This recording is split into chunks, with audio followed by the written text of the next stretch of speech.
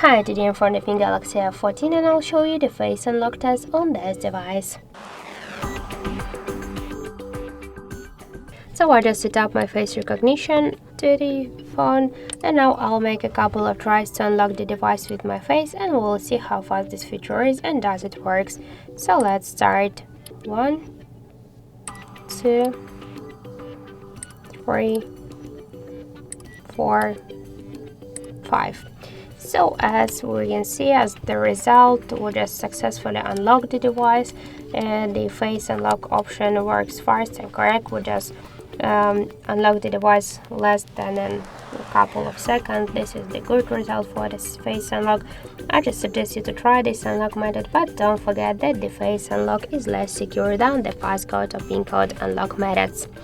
So that's it. Thank you for watching, and if you find this video helpful, don't forget to leave a like, comment and to subscribe our channel.